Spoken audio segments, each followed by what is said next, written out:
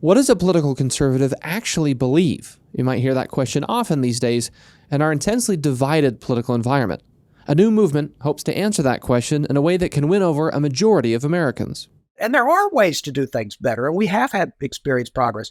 We don't experience progress by abandoning fundamental principles of human nature and organization because we think they're outdated. Human beings are not outdated.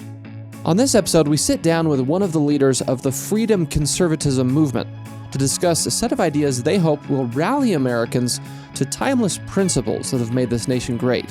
We also discuss what impact this will have on American conservatism more broadly. You're listening to Defending Ideas.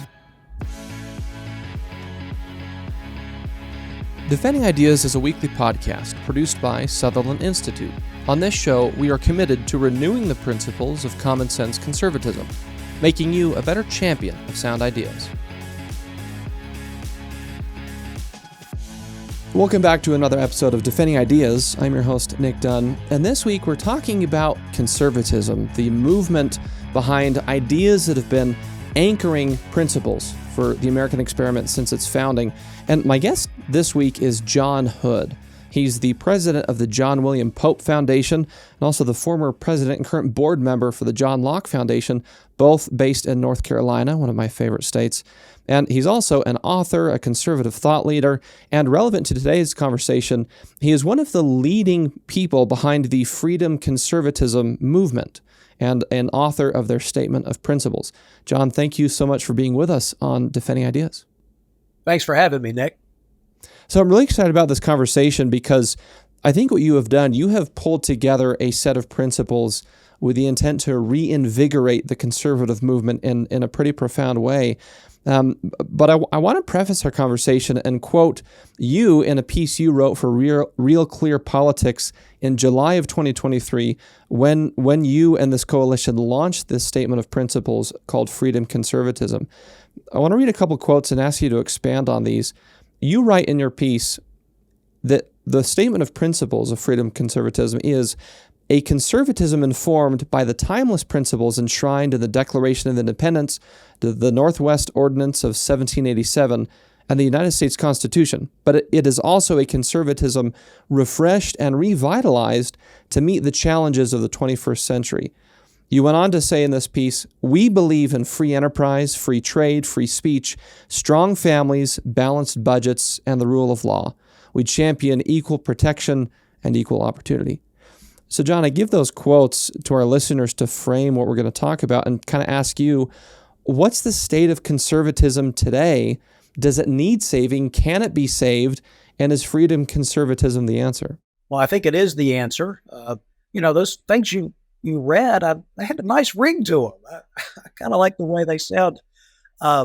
Conservatism is something that needs to always be understood in context. Lots of political ideologies, Marxism, for example, which is utter nonsense, but it is at least somewhat internally consistent. And you could be a Marxist in Ecuador, you could be a Marxist in China, you could be a Marxist in Denmark, and it's more or less the same body of ideas. So there are a number of ideologies like that aren't really context specific. In fact, they sort of reject the fact that ideas are different in one place over the other. Conservatism is different. It doesn't really tell you anything about the content of the ideas or the country or the system that you're conserving. It just suggests that a conservative is one who conserves something that presumably is valuable. We believe that in America, the best way to think of conservatism is a movement, and conservatives as members of that movement have as their purpose to conserve America's founding principles. America is, in part, a creedal nation. You're not an American because of a bloodline. You don't think of yourself as American because America is that particular hill, that particular valley, that particular river. Those things may be valuable to us. We may venerate them, enjoy them, cherish them. But America was created in a specific period of time by people who lived a certain way, wanted to preserve that and expand that, and that certain way was freedom. Now, they didn't just mean the freedom to do what you want, consistent with other people's right to do the same. They didn't just mean the freedom to own property and make decisions for yourself and your family and that sort of thing. That includes, concept of freedom includes those rights, but they meant freedom in multiple ways. And we talk about that a lot in our Freedom Conservatism project and in our statement of principles. I quite like the way a professor, late Professor Rufus Fears at the University of Oklahoma, used to describe freedom in historical context as consisting of three interrelated ideas: national freedom, political freedom, and personal freedom. National freedom is essentially some group, it could be a tribe, a clan, a country, something. The idea is that group of people can make their own decisions collectively without some external power lording over them and telling them what to do. It's sort of a group freedom. Political freedom is the ability as an individual to participate in the decisions of that polity in which you live. It doesn't have to be a democracy. There could be other ways of consulting people or people having rights as part of a political process. But that's about a political process. And then personal freedom is the right to do as you choose, as long as you don't infringe upon someone's equal rights to do the same. Throughout history, most places in the world have had only one, if any, of those kinds of freedom. In America, we have, for most of our history, for most of our population, and increasing shares of our population, had all three. We had national freedom, we had political freedom. Initially, the franchise was limited and individual rights were not extended to racial minorities and women, that sort of thing. But obviously, we've expanding that over time. And then personal freedom, the freedom to make decisions for yourself. We believe that America, as a creedal nation, upholds these principles. Other kinds of characteristics that we as Americans have may be very different. We may have different values. We may have different religious beliefs. We may have different interests in how we want to live our lives, how we want to pursue our careers and build families and communities and so forth. What we have in common are these fundamental rights. We believe that American conservatism should be about conserving the principles that have made America great and that will continue to make America great: freedom and virtue and community and civil society, all those institutions that aren't individuals and it isn't the government, all the other kinds of private associations that in which individuals are embedded. We want to defend all of those things. We think those are integral to America as an aspirational, free, and prosperous nation. John, I want to ask you, I want to get into more conservatism as a term, if that sort of marketing effort is effective, and especially what you all landed on with freedom conservatism. But first, I can hear critics in my head, especially maybe young people, saying, okay, if you want to conserve the American founding, a critic might say, these are old, outdated ideas put on old, outdated documents by people who lived a long time ago. Why are they relevant today? Help us persuade those critics to say, no, these ideas, they're not anachronistic, they are timeless. What's the punchy answer to that? The punchy answer is human nature doesn't change. And the best ways of organizing communities, the technology can change, people's interests and desires and beliefs may change, but the fundamentals of what makes human beings flourish do not change because human beings are an actual species. It's like saying what kinds of characteristics and situations and resources do you need if you want your herd of zebras to thrive, or ferns to thrive, or certain kinds of natural resource forests and things like that. That we have a certain nature as human beings. And one part of that is that human beings like to make our own decisions. Now, we don't always make good decisions. And sometimes we also aspire to deny other people the right to make their own decisions. But we believe that history and anthropology and psychology and economics all tell us some important timeless truths. 100 years from now, when there's an argument between the asteroid belt colony and the Martian colony about trade barriers or property rights disagreements, or there's some revolt, or there's some new plague that hits Mars, and there's debates about whether the other colonies should intervene. I'm not I'm only slightly kidding. Okay. In the future, when human beings don't even live simply on Earth, we are going to still be human beings, and we're still going to have a certain fixed nature. Now, evolution might tell us that hundreds of thousands of years from now, human beings might be very different. I don't know. You don't know. But right now, human beings are indistinguishable biologically, psychologically, from our ancestors going back hundreds, thousands of years. So there are certain timeless principles because human nature is a fixed thing. And that's really the source of truth about a lot of things. It isn't just about human organization, whether we ought to be free or not, or have constitutions with 3 branches of government that have checks and balances, et cetera. That's true about relationships. It's true about faith. It's true about lots of other questions that young people or not so young people could be thinking about. When it comes to human beings, you can dream up all sorts of utopian schemes if you want to. You can dream up some practical schemes if you want to, for how to make things very different. But if they ignore human nature, they will fail. If they say, well, this new system will work. Now, we got to get rid of this idea of the self, or we have to convince people not to pursue their own rational self-interest, because then we could build this new system. I mean, that's a pretty big if. In fact, it's too big an if, because human beings are a certain way. We can build institutions to channel the good and bad parts of our personalities more or less for good, or we could build institutions that channel them for evil, which unfortunately human beings are pretty good at. If you look at the history of the last 100 years, we've had a variety of systems, fascism, communism, theocracy, that have created tremendous amounts of misery, even though the human race has always had tremendous progress in the last 100 years. And so we can do all sorts of things. Young people thinking they know better. We were all young once. You have a right to do that. And there are ways to do things better. And we have experienced progress. We don't experience progress by abandoning fundamental principles of human nature and organization because we think they're outdated. Human beings are not outdated. John, one final thought on this idea of why the principles of the American founding are timeless, and then I want to have you kind of describe applying those principles to the challenges of today, which is what I think freedom conservatism strives to do. But just going along with this line of the critique, probably the most common one that I hear is people saying, well, the founders, when they wrote the Second Amendment to the Constitution, had no conception of the kind of weaponry that would be in common usage today. So they use that to say, therefore, the Second Amendment itself is outdated. But I think the response to that is, when they wrote the First Amendment, they didn't envision cell phones or the internet. When they wrote amendments guaranteeing the protection against unreasonable searches, they weren't envisioning laptops and hard drives and the cloud.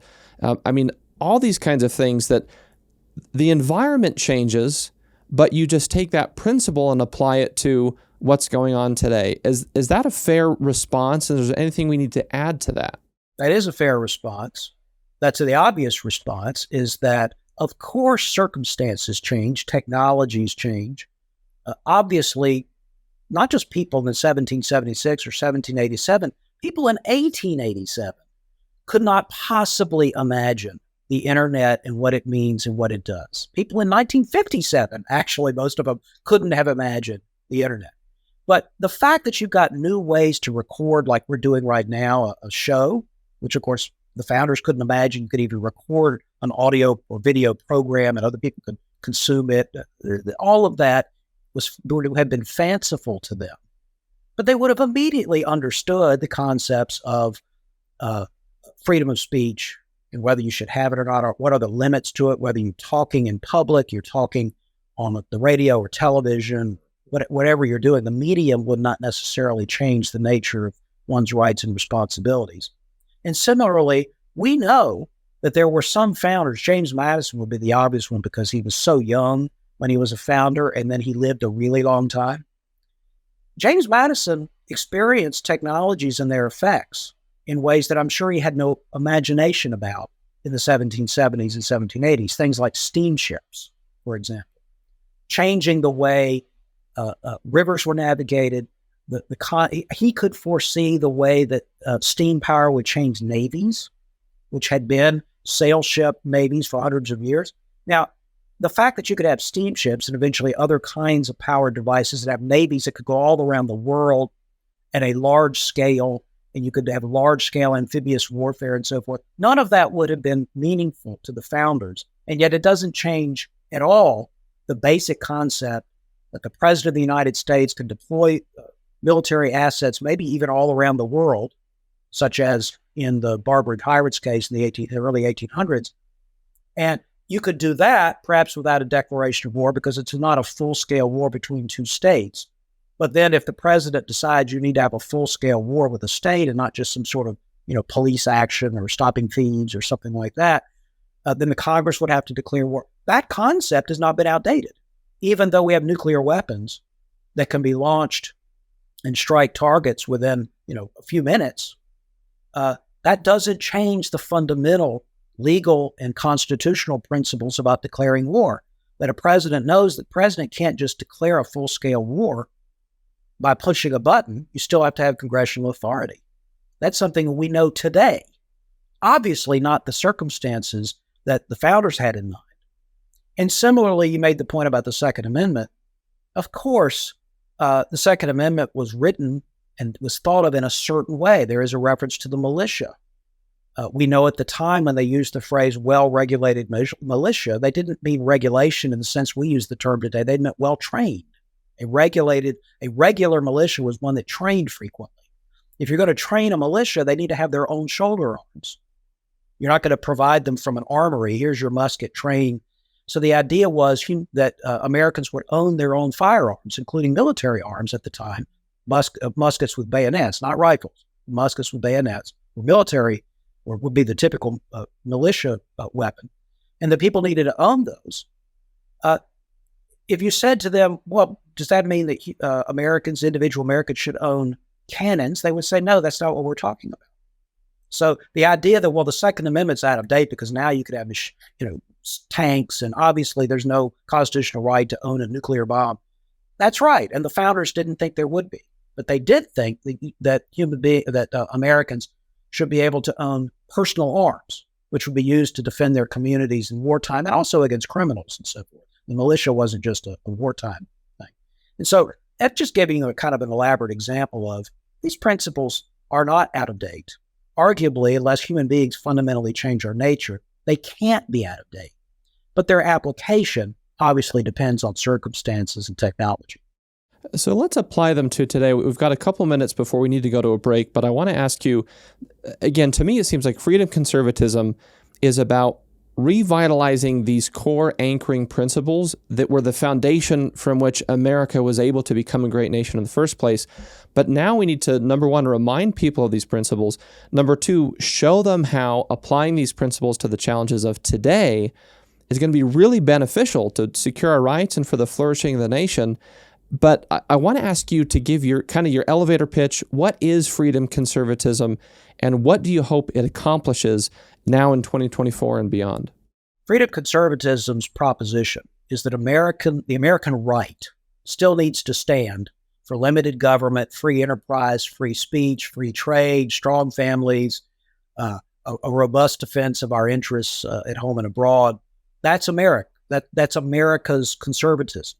There have been people trying to change it, make it more European, make it more, quote, modern, or maybe more, quote, retro, pre-liberal or post-liberal or something like that. When in fact, the American founding was a blend of classical Republican virtue and classical liberal thinking about government and the political economy.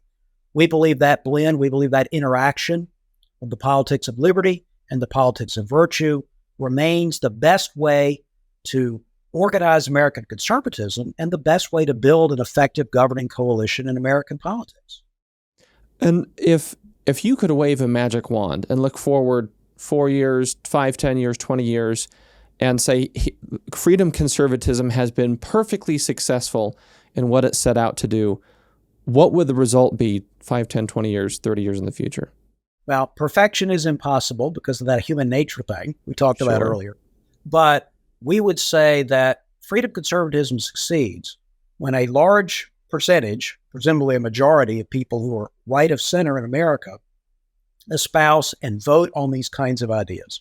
And perhaps more importantly, that we have a cadre of leaders at the local level, the state level, the federal level, and other kinds of institutions beside government who believe in these ideas, who are creative and effective in applying them to solve problems for which they are rewarded with additional years in office or additional support so that they continue to govern effectively based on these principles. That's the conception we have. This is not just how many books get published or how many people watch a website or something. No, we're trying to influence how the public thinks about government and then how leaders think about government and actually engage in governing in the public sector and in the private sector.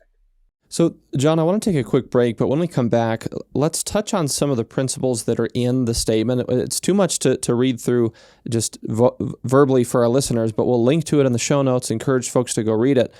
So I want to touch on some of those and ask you to expound on what's included, maybe some of the things that aren't included, and then talk about what the threats are to that today. Who is taking this, conservative movement in directions, or the American movement more broadly, directions it shouldn't go? What are some of the threats and why you feel that this freedom conservatism statement of principles is so urgently needed today? So let's get into all that when we take a quick break.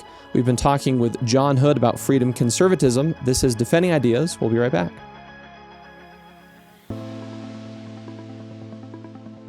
Sutherland Institute is an independent, nonprofit public policy think tank based in Salt Lake City, Utah.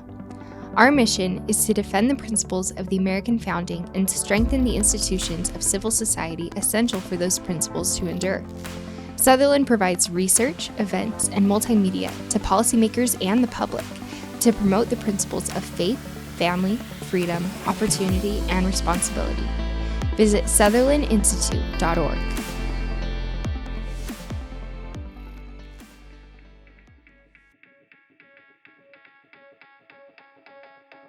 Welcome back to Defending Ideas. I'm Nic Dunn, and we've been talking with John Hood, who's one of the key leaders of the Freedom Conservatism movement. We're going to get back into some of those details and answer some of the questions I think we all have about the state of conservatism today, why a movement like this might be really beneficial to the country, and what we can do with these principles. First, I want to remind you all, if you like what you're hearing today, please visit us at defendingideas.org.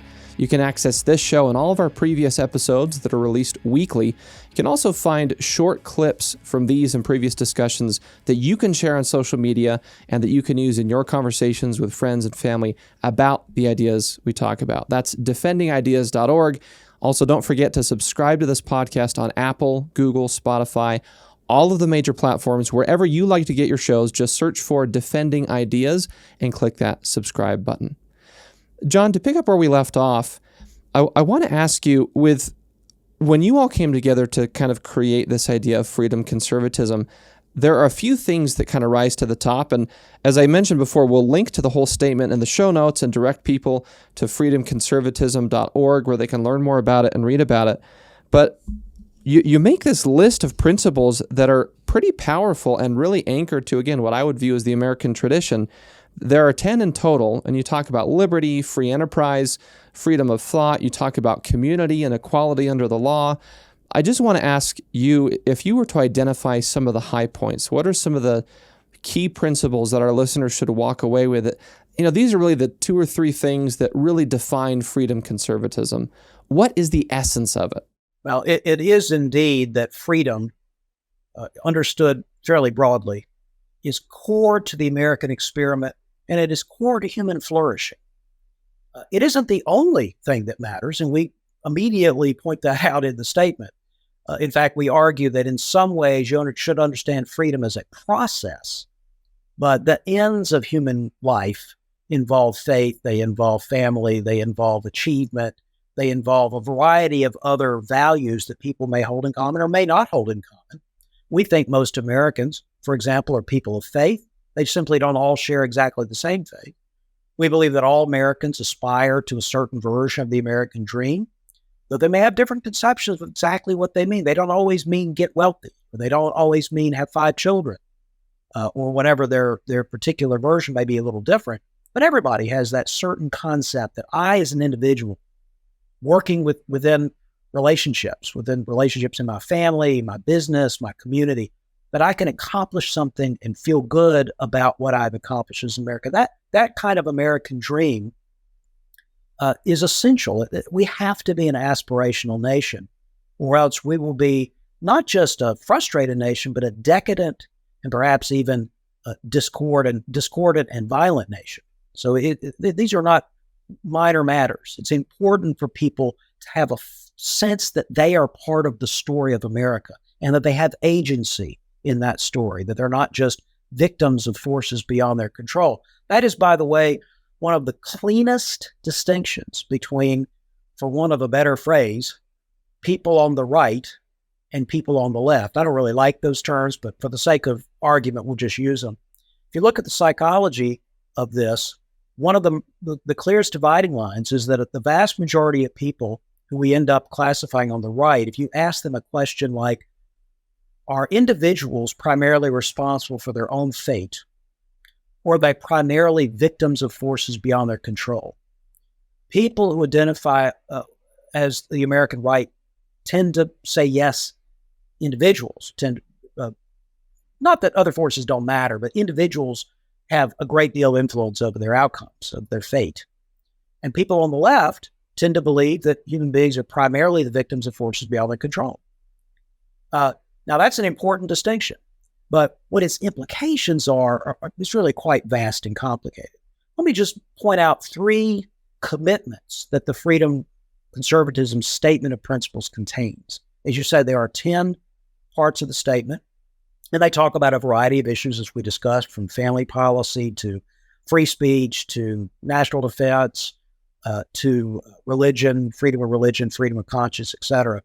But there are 3 commitments that are specifically made. One of them is the commitment to a balanced budget, to fiscal responsibility. This is not one of those things you should just put in an applause line in some political speech and then forget about it. This is one of the gravest threats to America, is our profligate spending and our rampant deficits at the federal level, but to some extent elsewhere, but certainly at the federal level, and the vast trillions of dollars of unfunded liabilities, of promises that we have made to pay people pensions, to pay their health care bills, that we simply do not have a reasonable prospect of finance, given our current level of savings and our current level of taxation. We just can't do it. So we commit to a serious plan. We mean, stabilize the debt within a few years. It's going to be tough. You're going to have to do something about entitlements. You may even have to look at revenue. You have to be serious about fiscal responsibility. Second commitment is to reduce the cost of living. A lot of the threats that people feel to the American dream and to the American enterprise today involve the rising prices of healthcare, of housing, of college tuition, in recent years of things like food and clothing and furniture, transportation. It used to be, I would say, well, it's higher ed, it's healthcare. These things are growing really, really a lot. But other prices have been even trending down for things like food. And so, well, in recent years, obviously, almost everything has been trending up.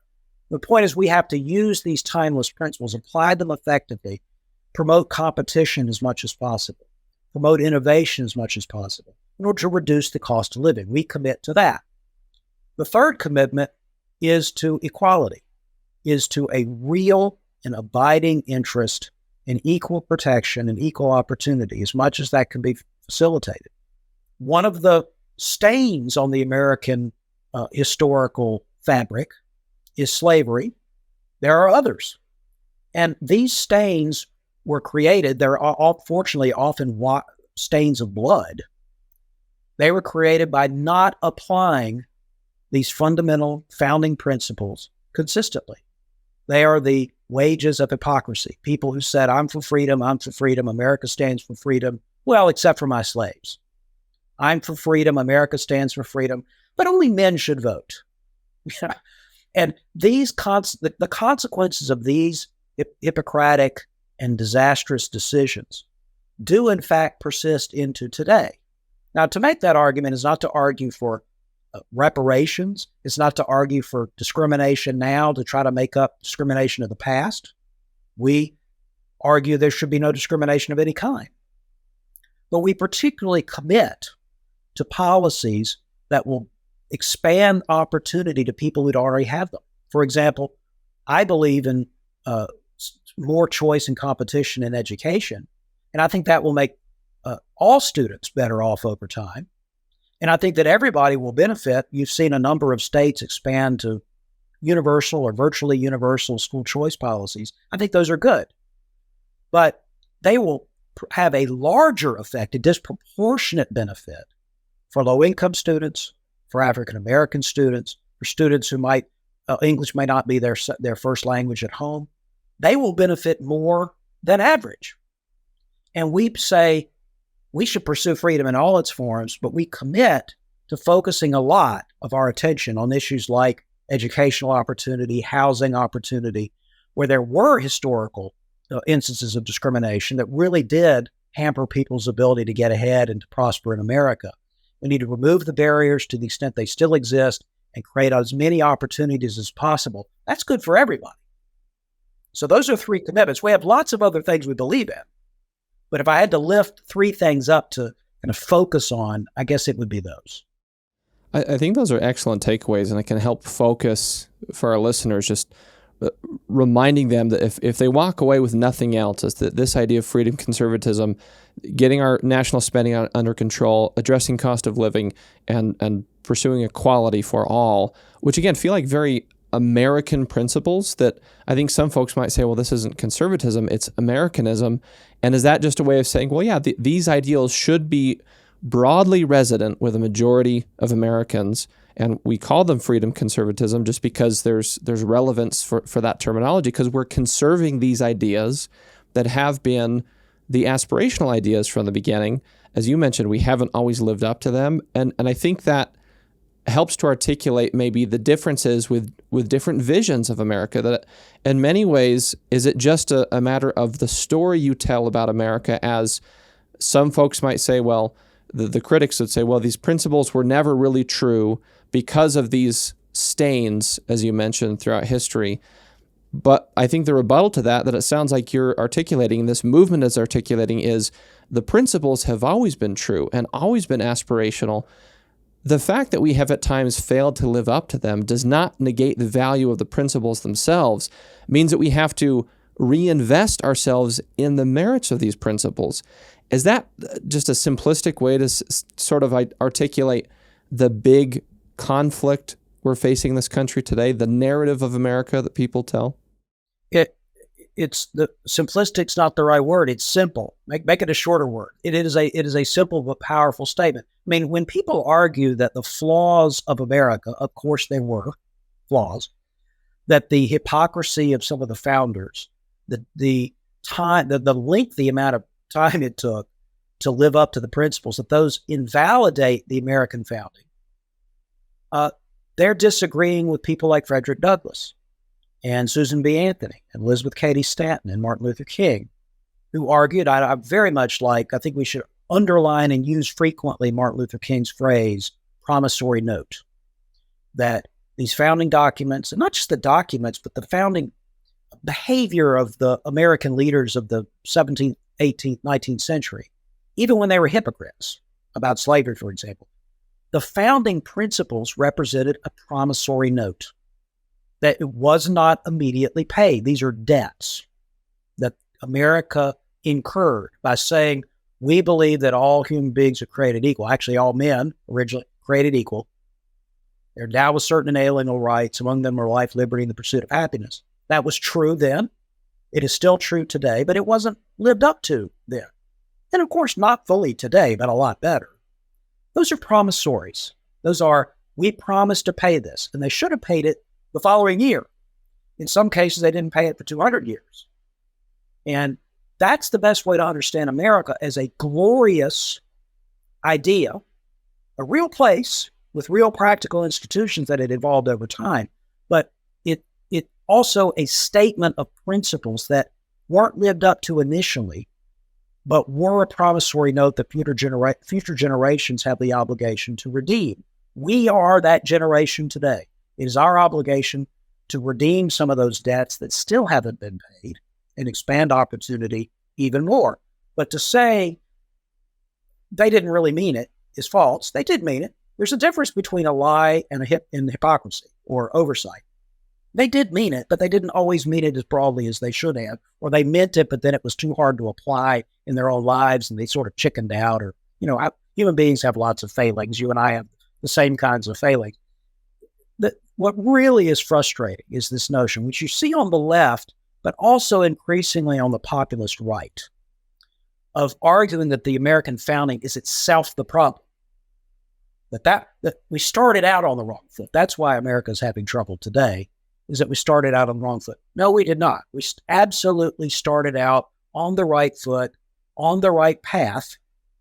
It has taken us a bit too long to walk down the path. And I guess what Freedom Conservatives are saying is, do not turn around and backtrack the way, for example, the post-liberal integralists and other populist voices on the right are arguing. Let's go back in time to some mythical past that was better. Don't do that. Frankly, some on the left are arguing, in a sense, turn around and walk the other direction, back towards collectivism and away from individualism. We're saying, no, if anything, speed up. Go down the path of liberty, go down the path of virtue faster. That's what we're arguing. John, is that sort of the reason that you all felt prompted? So again, this came out last summer, July of 2023.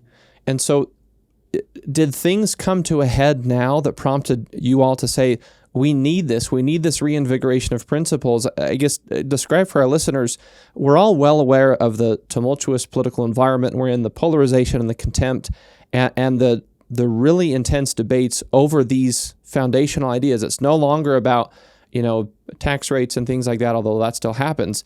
It seems to me that more and more public debates are focused on things like whether the Supreme Court should even exist at times, or whether the way the Senate is constructed is correct. I mean, these are constitutional debates, the power of the executive.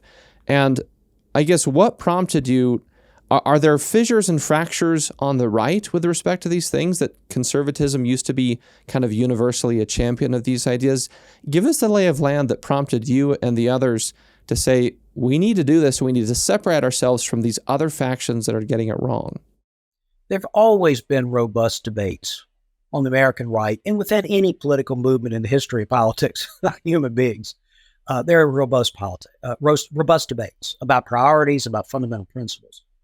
After World War II, when the modern American conservative movement came into being, there was a core set of ideas that seemed to attract most people who are politically engaged, who are involved in journalism, in scholarship, in activism, and in politics from a conservative perspective. They didn't all agree. There were people who didn't buy into what came to be known as the fusionism of the 1950s, 1960s, 1970s, the kinds of ideas that Bill Buckley's National Review championed, Stan Evans championed through the American Conservative Union and other organizations that he helped to found, that Ronald Reagan embodied when he first ran for president in the 70s and was elected in 1980. This fusion of the politics of virtue and order and the politics of liberty, along with a robust anti-communism guiding foreign policy. Not everybody agreed with that, but that was the mainstream of American conservatism. If you fast forward past the collapse of the Soviet Union into the 90s and early 2000s, you did start to see those factions spread out more, divide more. There was a robust populist challenge to conservatism in the 90s, led by Pat Buchanan, led by other people who either ran for office or pursued their craft in other ways through writing and speaking in books and organizations. I would argue, though, that it was really after the Great Recession, after the 2008-2010 period, when you really started to see these divides become stark. In other words, this is not a Donald Trump thing. People usually say, well, isn't this all really just about the rise of Donald Trump? It's not unrelated to Trumpism and the way that overturned some aspects of Republican politics, some aspects of the conservative movement work. But obviously it predates Trump, and it can't simply be specifically the cause of a single individual in America, because this is going on in other countries. This is going on in the United Kingdom. It's going on in conservative movements in Europe and in Latin America. So it is an international thing. It probably has something to do with the end of the Cold War, the people trying to figure out foreign policy and its implications for trade and immigration. It probably has something to do with the Great Recession and the economic turmoil that brought, and people's fears or suspicions that maybe it was capitalism and finance, and maybe there's something fundamentally wrong about free enterprise economics. So I think this is an international phenomenon. In America, it predates Donald Trump. But Trump's rise, and he really did embody, in fact, he said in one of his earliest political speeches or interviews during his presidential campaign the first time was, don't call me a conservative. I mean, he really wasn't. He was a populist. He was a nationalist. And that is still the populist nationalism is still what we're talking about. So that's the context in which a group of conservatives got together in 2022 and called themselves national conservatives. These were populists and people who were on the right, but were attracted to either populist economics or to a variety of issues, of ideas about social policy and foreign policy and lots of things. They put out a statement, the National Conservatism Statement. Some of us who've been working in conservative politics and government and scholarship saw that and thought, well, we agree with some of that, but not a lot of it. And boy, does it get the founding wrong. And boy, does it get the relationship between government and religion wrong. And boy, does it submerge the importance of individual freedom, which we don't think you can even understand America, its past, its present, or its future, without putting individual freedom at the core of the story. And so that's why we came together to say we need an alternative conception that explains what we're talking about. It's not, we're not going to come up with any new ideas. We might come up with some new phrases, some new applications of the ideas. That's what led to the creation of the Freedom Conservatism movement. We drafted as a group a set of principles. We went out and recruited a lot of leaders to sign on. We went public, as you said, earlier in July of 2023 with 83 signatories. We now have 250, ranging from former governors, former candidates for president, former members of Congress, state legislators, people who have had a political career, or people who worked in politics and campaigns, consultants, and that sort of thing.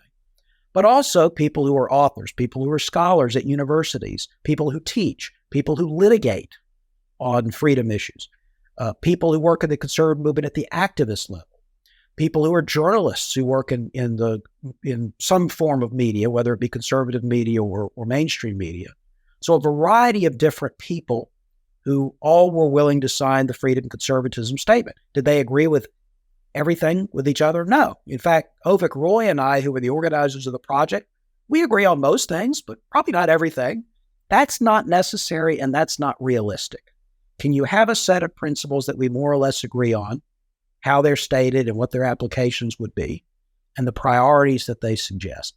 That's what we've been doing. That's what freedomconservatism.org conveys, is the principles.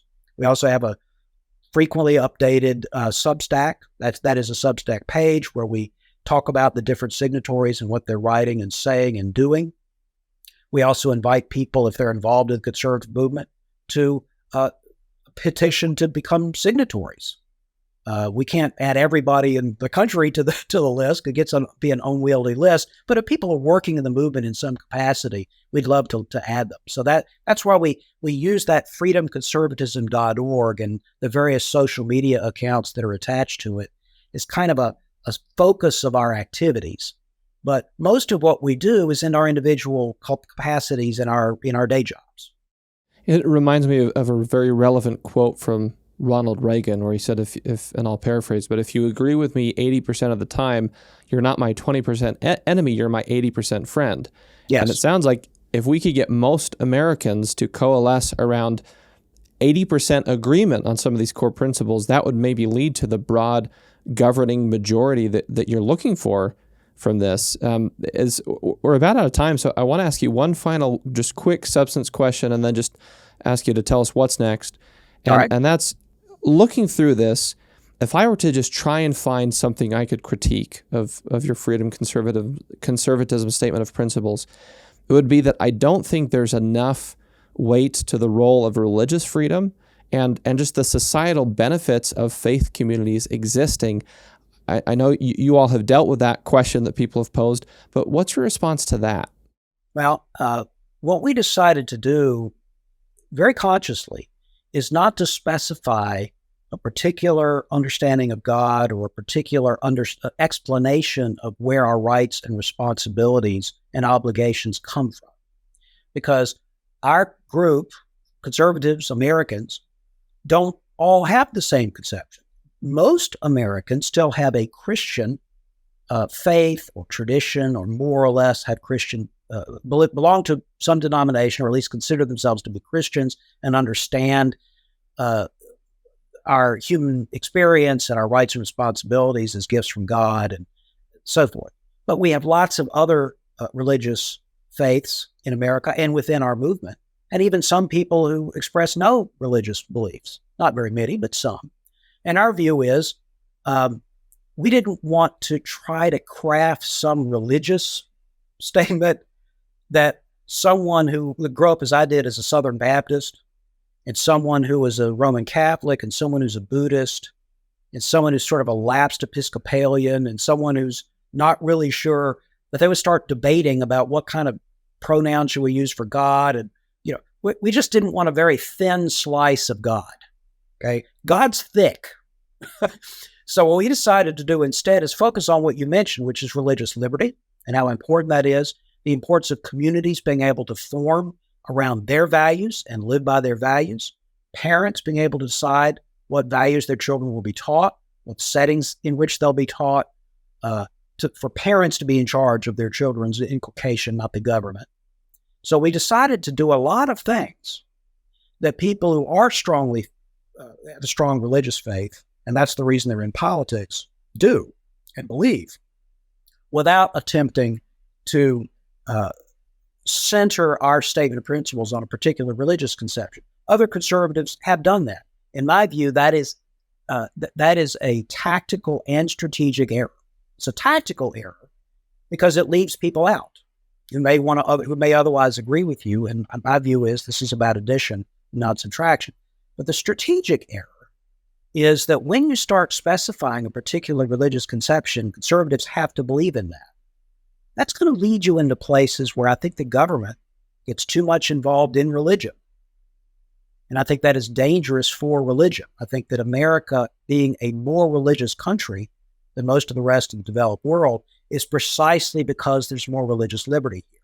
There's less establishment or attempt to establish religion. I think that is counterproductive if you want genuine faith communities to persist and thrive. It's very helpful to that issue and a great description of ways to bring people in rather than help people feel excluded. In about the 30 seconds or so we have left, what's next for Freedom Conservatism? We'll remind our listeners it's freedomconservatism.org, and we'll include that link in the show notes as well. But just quickly, what's next? What's on the horizon for the conservative movement with Freedom Conservatism at the helm here in the United States? We will continue to build and grow our followers, build and grow our signatory list. We will do joint events, joint projects, joint articles. Many of us will advise campaigns or be involved in other sorts of direct political action. Our view is to make America happier and healthier and safer and freer. And those things all go together. Well, John, we are so appreciative for your time and the work that you're doing, and equipping our listeners with this movement that I think is something everyone should read. We'll include all the notes and links, freedomconservatism.org, and encourage people to go check it out. John Hood with the John William Pope Foundation in North Carolina and one of the key leaders behind the Freedom Conservatism movement. Thank you so much for spending time with us today on Defending Ideas. You're most welcome. Well, that is it for this segment. We have one more quick break before we leave you with some final talking points. This is Defending Ideas. Stick around. Sometimes it's hard to keep up with the latest policy debate that affects your life. The solution? Subscribe to Sutherland Institute's weekly newsletter, where you'll find in-depth insights from seasoned policy experts, compelling multimedia, and advance notice of special events. Visit sutherlandinstitute.org. Welcome back to Defending Ideas. Before we finish off this episode, there are some notes that I captured that I want to go through with you because I think they can serve as talking points to help us navigate sometimes thorny discussions, especially during this contentious election year. And that's because I think we often get mired in these debates where we fixate on specific disagreements on a given policy issue, or we sort of slip into tribalism or partisanship, and we forget the role that core principles can play in helping to shape how we approach these issues and even how we interact with one another. So here's my pitch. If you consider yourself a conservative, remind yourself of why you identify that way. Go back and reacquaint yourself with those core principles, those ideals that we've been striving for as a nation since America's founding. And remind yourself why those principles are valuable to you and how those ought to be applied today. And then start using that in your conversations with the folks. If you're debating, even disagreeing, start from a place of principle and say that I believe this fundamental principle that is a good thing that has been powerful for our country, and therefore this is how I apply it to the given issue. If you don't consider yourself a political conservative, then strip away all the labels, the terminology, the group identification, and really go back to these core ideas themselves and evaluate them on their merits. And ask yourself, do they resonate with me? Do they have value today? Can they be applied to the great challenges we're trying to figure out now in a way that can be constructive and helpful? These are ideas that include things like individual liberty, limited government, free enterprise, free speech, equal opportunity, equality before the law, and many more important ideas. If these resonate with you, think about how you can incorporate those ideas into the way you think about these issues, the way you vote, the way you interact with your fellow Americans in this form of self-government that we're all part of. For all of us, especially during a contentious election year, I think it's really important to try and re-anchor ourselves to founding principles of this nation that have really contributed to making America great in so many ways. There have been mistakes in our history, serious stains, as John Hood articulated in our discussion, but a recommitment to applying these principles, having greater fidelity to these ideas of the American founding and the civic institutions that have been paired with those principles from the beginning, is what's really going to help us make true progress on issues that we care about. Look, we're probably still going to disagree on specific issues, and that's okay. In fact, that's even good. But if we're all able to articulate in a better way where we're coming from when it comes to core principles and ideals that we believe in, and why that approach informs how we view a particular issue, I think we can help reduce some of the polarization we're all feeling because we'll understand each other better. And I also think we'll be better equipped to find solutions. And also we'll be better able to try and persuade others that these principles and ideas are worthwhile. They're worth believing in and supporting, especially in the modern era and in all the contentious political fights that we have. Well, I think that'll do it for this episode. We hope you have enjoyed this episode of Defending Ideas and that you feel better equipped to defend some of the ideas we talked about today. If you liked what you heard and you want to find more, please visit defendingideas.org. You can also subscribe to the podcast on Apple and Spotify. Wherever you get your shows, just search for Defending Ideas and click that subscribe button. If you're watching on YouTube, don't forget to subscribe to the Sutherland Institute YouTube channel and also click that little bell icon so you can get notified of when new episodes or clips drop whenever they're produced. And lastly, if you want to support the broad work of Sutherland Institute, please visit sutherlandinstitute.org/donate. Thanks again so much for spending some time with us. From the Sutherland Institute in Salt Lake City, I'm Nic Dunn. We'll see you next time.